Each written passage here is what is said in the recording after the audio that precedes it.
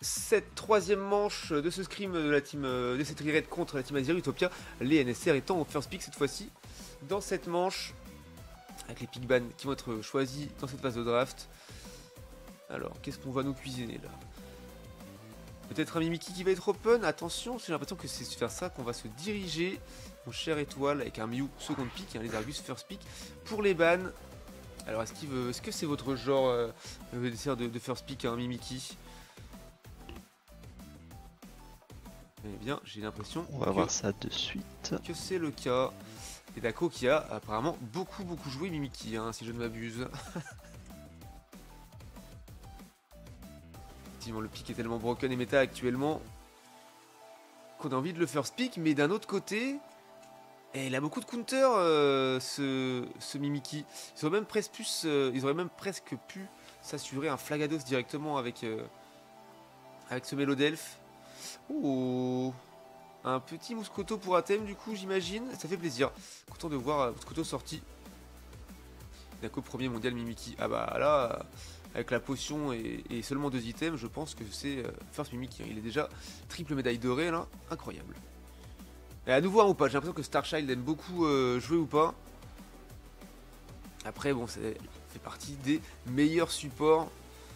Ah, la mobilité et la macro que ça te permet sur la map ou pas, c'est toujours apprécié. Ah ouais, complètement. Moi qui ai un petit peu train tous les pics dernièrement, j'ai joué ou pas, et ça fait quand même pas mal de dégâts. Hein,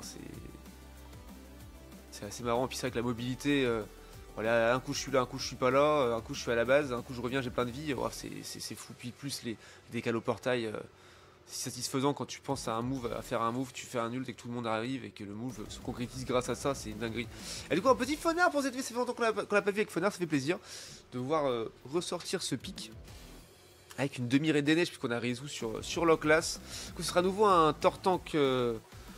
Enfin, je veux dire à nouveau, mais finalement c'était pas le cas tout à l'heure. Mais là, ce sera un Tortank tank en bot lane. Passé sur Goupelin pour finir cette draft Azeri. Alors qu'en face, finalement, on aura un Flagados pour Saitama. La bot lane également. Avec une petite veste de combat d'ailleurs. Que je vois de plus en plus des vestes de combat sur les tanks. Sur certains tanks en tout cas. Pourquoi pas. Et du coup ce sera bien Neptune Jungle avec Mimikyu. Et qui joue bracelet body d'ailleurs pour faire un debuff de soins sur ses attaques. Intéressant. Je me dis que je ne joue pas beaucoup. Contrairement à Lançant, je joue peut-être un peu plus sur les pics attaques spéciales. En même temps, il y a Mélodelph en face, donc étant donné qu'il sera dans la mêlée et que le Mélodelph pourra potentiellement heal après ses combos, ça peut toujours faire du bien, cette petite dose de dégâts en plus. Exactement. Ouais, ce debuff de soins pour être efficace, effectivement, c'est pas bête. C'est pas bête. Je viens de voir que la France a gagné son premier match du BO5 contre l'Autriche 1-0. Et puis j'ai vu le tableau des scores avec marqué évidemment légumes et Croutao. Ça m'a bien fait rire de me rappeler qui c'était Rename ces deux zinzins. Ils sont si drôles. Que serait Unite sans un rename de Utah et Migu? Et bien ce serait un jeu qui serait beaucoup moins rigolo.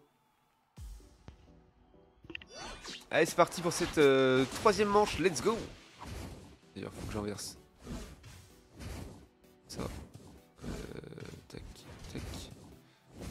Ah. Attendez, c'est boring là sur la jungle, on va pas se mentir. Qu'est-ce que j'ai fait moi? Voilà.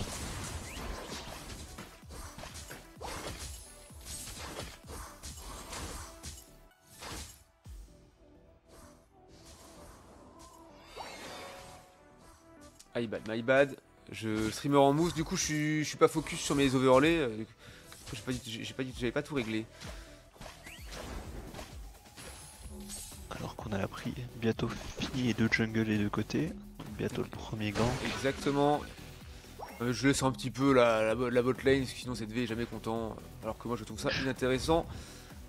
Tout comme toi, je pense, mon Chatal qui joue plutôt top lane en général. Donc c'est là que tout se passe et tout se joue finalement. En team oui, mais actuellement avec la team Belgique, je dirais que non, il n'y a pas assez d'op sur la bot lane. Ah oui, je comprends. Je comprends. C'est vrai que dans le top laner originel, j'ai du mal. Après, surtout parce qu'il y a le stacking pour moi qui peut être intéressant à regarder toujours. C'est le premier son qui a été pris sur Jean-Mi qui était un petit peu trop deep.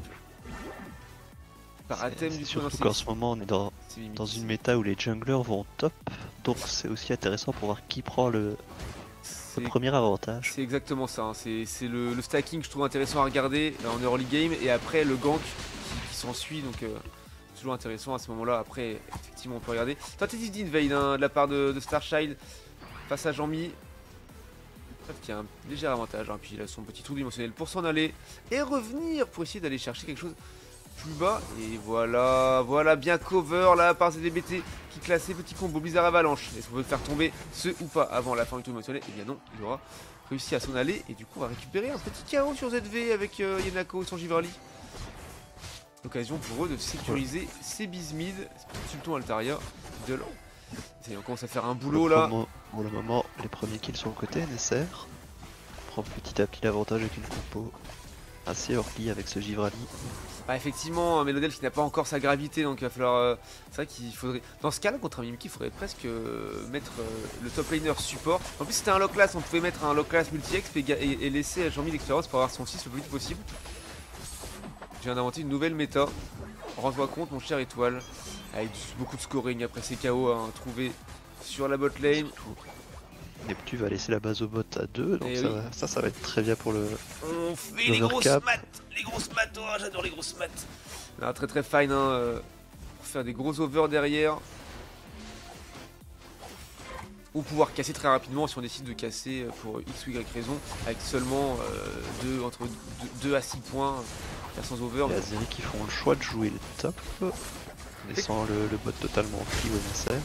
Effectivement, on joue la boîte, et ou pas qu'il ait essayé d'y aller hein, avec sa hantise, mais finalement il s'est fait catch et a concédé le KO. Ouf, il était vraiment à 2 doigts de rentrer. À mon avis, il va rentrer, ils sont à 4v2, il va réussir à faire un push. Hein. Il a laissé rentrer ce Regileki. Voilà le plaquage musclé. Le Atem qui part, qui met Jean-Mi à mal complètement. La gravité qui a été mise un peu trop tôt là. Atem a juste attendu la fin du sort. Et il a pu placer son combo. Rentrer dedans. Push avorté. Et du coup, est-ce que c'est les NSR qui vont pouvoir counter push ici sur la Azeri? J'ai l'impression qu'ils sont à 4v2 maintenant désormais. Pas qu'il part, est-ce qu'il revient? Il revient. Toujours à 4. ZV qui a les backs et finalement qui voit du monde et du coup il se dit je vais peut-être défendre encore un petit peu. Compliqué. Oh là là, et voilà. Et l'efficacité de. Non, ok, il n'a pas été, j'allais dire Mimikyu le tueur de mage et finalement il a préféré ne pas y aller. C'est vrai qu'il aurait été un petit peu peut-être dans un danger là entre les deux lanes. Arcane Invade d'un côté, Yenako. Qui vole le goûter de Pacide avec les buffs. Mais c'est Pacide qui va quand même récupérer son bleu. Ouais, sa petite force ensolée hein, qui était efficace pour les récupérer. Chanceux sur ce coup là pour Pacide et malchanceux pour Yenako, malheureusement pour lui. Rezu qui était un petit peu loin, il a réussi à s'en sortir avec une vitesse plus, mais finalement les stalactites de Yenako auront eu raison de lui, il n'aura pas réussi à fuir bien loin. 168 à 31 désormais pour les Neo Sentry Red. Ils sont bien dans la game. En termes de level, ils ont quand même pas mal d'avance aussi. Avec quoi Kanto, c'est Kanto qui est seulement le niveau 6 avec son Carapace. Oh, il a rien réussi à faire, c'est compliqué, c'est triste. Ça y est, il est 7, il a évolué. Sur ce mob, ça va. Ah ouais, il passe 7 et il est full chargé en barre d'expérience. On le voit, la NSR déjà 2 level 11, 1 level 10 seulement côté Azeri. Ouais, c'est compliqué. Il va bien falloir choisir ses fights et ses focus. Les NSR se sont fait avoir une fois, mais pas deux, ils sont déjà tous au top. Oh là là, les plaquages musclés très très solides de Atem là, qui a cherché le chaos sur ZDBT à nouveau. Très très fine hein, ce qu'on voit de leur part. Alors que là, il n'y a plus que 2 joueurs côté Azeri pour défendre cette base face à 3 des NSR. Et on va défendre un petit peu quand même, on laisse rentrer les 15 points du Flagados malheureusement, mais on cancel un petit peu Atem là-dessus. Par contre, voilà, le modèle qui va se faire un petit peu zouker là par Mouscoto, et il va tomber le bro Jean-Mi, malheureusement. Allez, le push qui est un petit peu avorté. On aura pris que 15 points sur cette top lane, donc c'est plutôt fine, mais c'est toujours une galère là. Il faut casser une tour. Hein. Ils défendent bien hein, les NSR, ils défendent très bien. J'espère que la série ça marche. Clem, merci beaucoup pour ton lurk, des bisous. Salut, je vais bye bye mercredi, bon casse. Merci Chegon, bisous et mercredi. Bonne soirée à toi et bon courage pour ici pour tuer le Flagados. Triple ult qui est parti. Et ben, Les trades ne sont pas bons, mon cher Étoile. On met beaucoup Ça permet quand même de ressources. récupérer le Plagados, ça récupère le Mimiki derrière, donc petit à petit les Azeri récupèrent comme de l'expérience. Ouais, on grappille, on grappille. Les NSR sont à l'avantage, mais Surtout un pour le moment chaos les sur... NSR n'ont pas...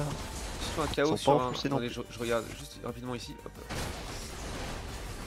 Ouais, on reprend à nouveau ce Régilekien. Ah, peut-être un contest là de la part de Kanto qui est bien positionné. On regarde rapidement, est-ce qu'il va y arriver? Aïe aïe aïe. Oh, c'était Cyclo, c'est dommage. C'est dommage. J'ai qui est en train de défendu très très vite.